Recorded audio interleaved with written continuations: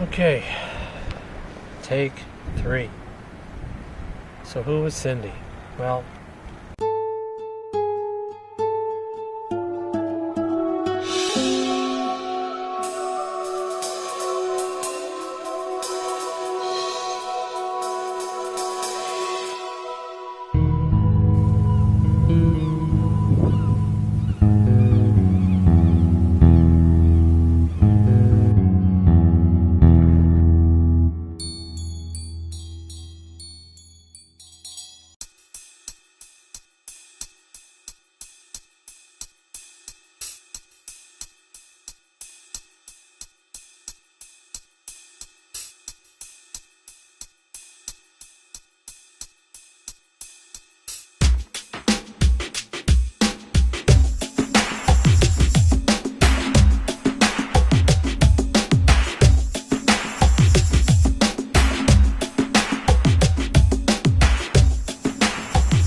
some years ago I worked in a department store as a cleaner, and it was during the night shift.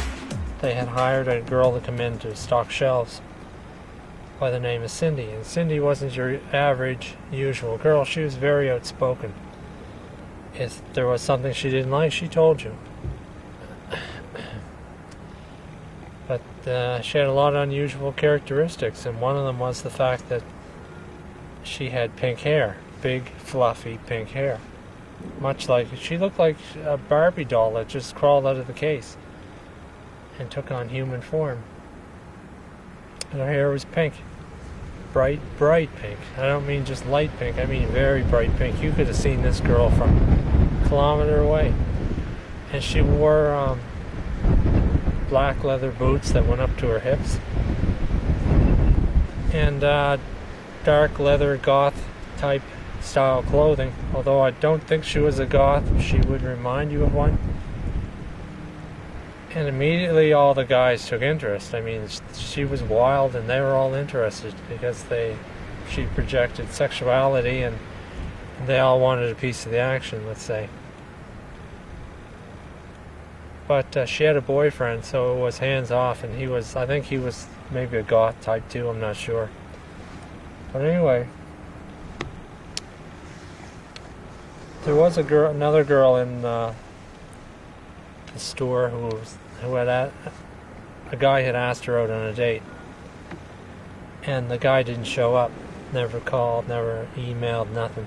Didn't show up for the date at all, and left this girl sitting there wondering, right? And Cindy didn't like that, and she took right after this guy, and she advocated that he get his balls cut off and everything else, and yeah, what she did was the right thing, I think. The guy was a goddamn prick to do that to a girl. And so Cindy hated this guy for the couple of years that I was there anyway.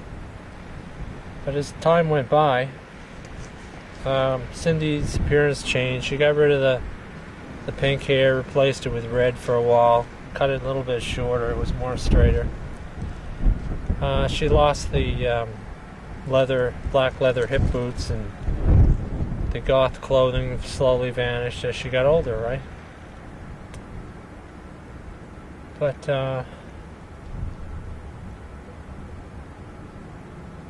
I thought she was an awesome girl because she spoke her mind. She wasn't afraid to say what was what, or to tell a guy off. And anything a guy could do, she could do as well. She smoked. That was a major turn-off for me. I can't stand cigarettes. And on the weekends, she'd smoke dope, etc. I mean, it was okay for her. It was her business, right?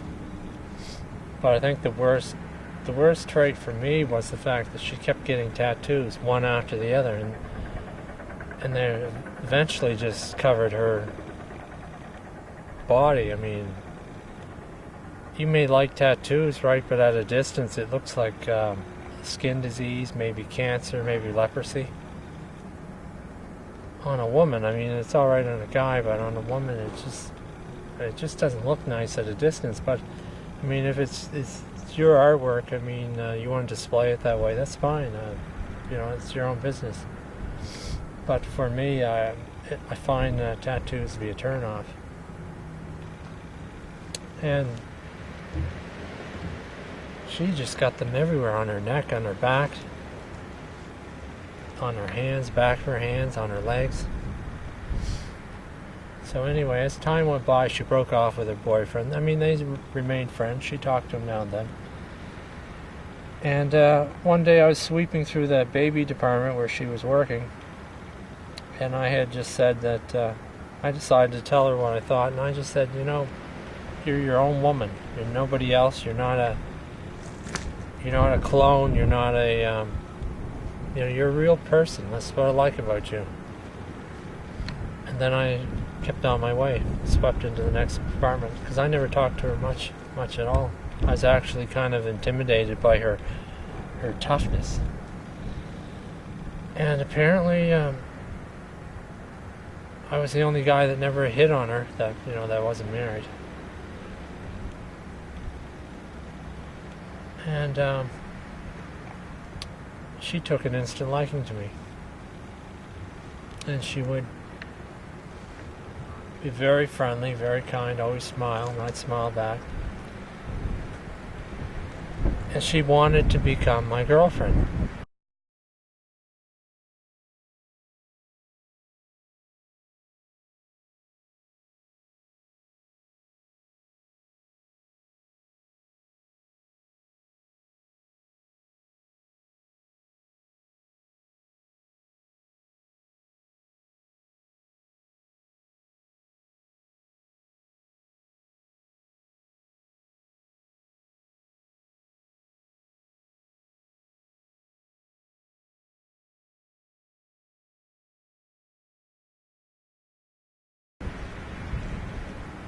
Because she would do things to get close. Now, Cindy would come to work. She wouldn't hang her clothes up. She'd either throw them on the dirty floor, which is a turn off for me as well, because I just don't like dirt.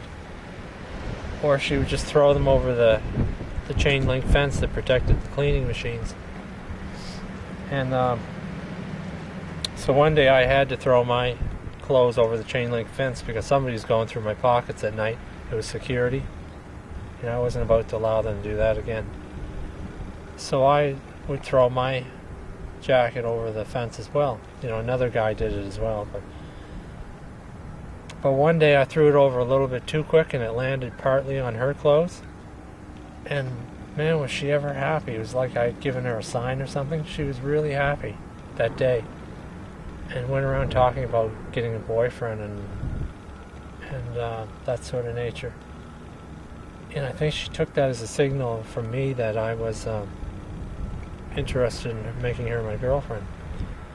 I mean, Cindy was a nice girl, right? In spite of all the cursing and swearing and the toughness and everything, the biker type girl, I really liked her a lot. But girlfriend potential, none. And I remember one of the ladies in the clothing department, she was the manager of the clothing department, trying to hook me up with Cindy, because the manager didn't think that I was not, I'm not the tough guy type of person, but the manager didn't realize that, because me and the manager, women's clothing manager, were always getting in shit for something for something that we did or didn't do in that damn store. And so we were constantly being called into the office. I said to her, Shirley, they should put Nakajima and Shirley on, label it across the top of that office, because we've been in there so much, it might as well be ours. But Shirley took it to consider that the two of us should be together, because I was the tough type of guy as well, but I wasn't. And so Shirley one day said, well, to Cindy, you two might as well go to a party together, or hang out at the Christmas party. And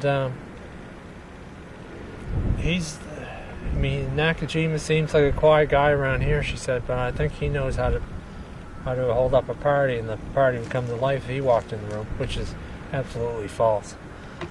And remember Cindy saying, "Yeah, that's what I think. He's the wild type of guy, but you can't tell in the store."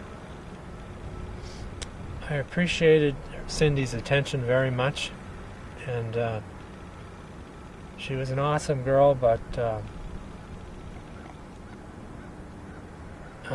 just way too wild, man. Just way too wild.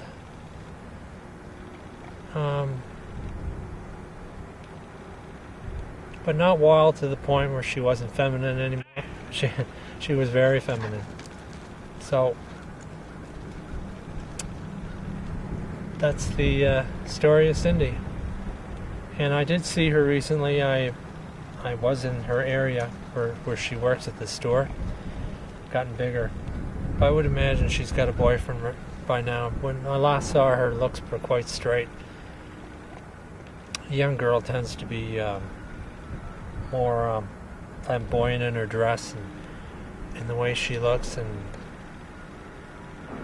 you know, age tends to calm people down or tame down their appearance. So, and that's the end of that Dear Diary episode. I wish Cindy all the best wherever she is and whoever she's with, and I do wish she'd give up the smoking, not only the cigarettes, but the drugs as well, because it will give you, marijuana will, it seems like a good thing to take to calm you down and relax you and that, but it will give you lung cancer faster, or breast cancer in case of a woman, or even brain cancer faster than a cigarette ever will, because one marijuana cigarette is equivalent of smoking 20 plain cigarettes. So Cindy, wherever you are, good fortune to you, and I'm glad to see you're still working at the store. You've been there several years now. I guess you're going to make it a career. It wasn't a bad place to work if you got rid of some of the managers in there, or you had the ability to tolerate them.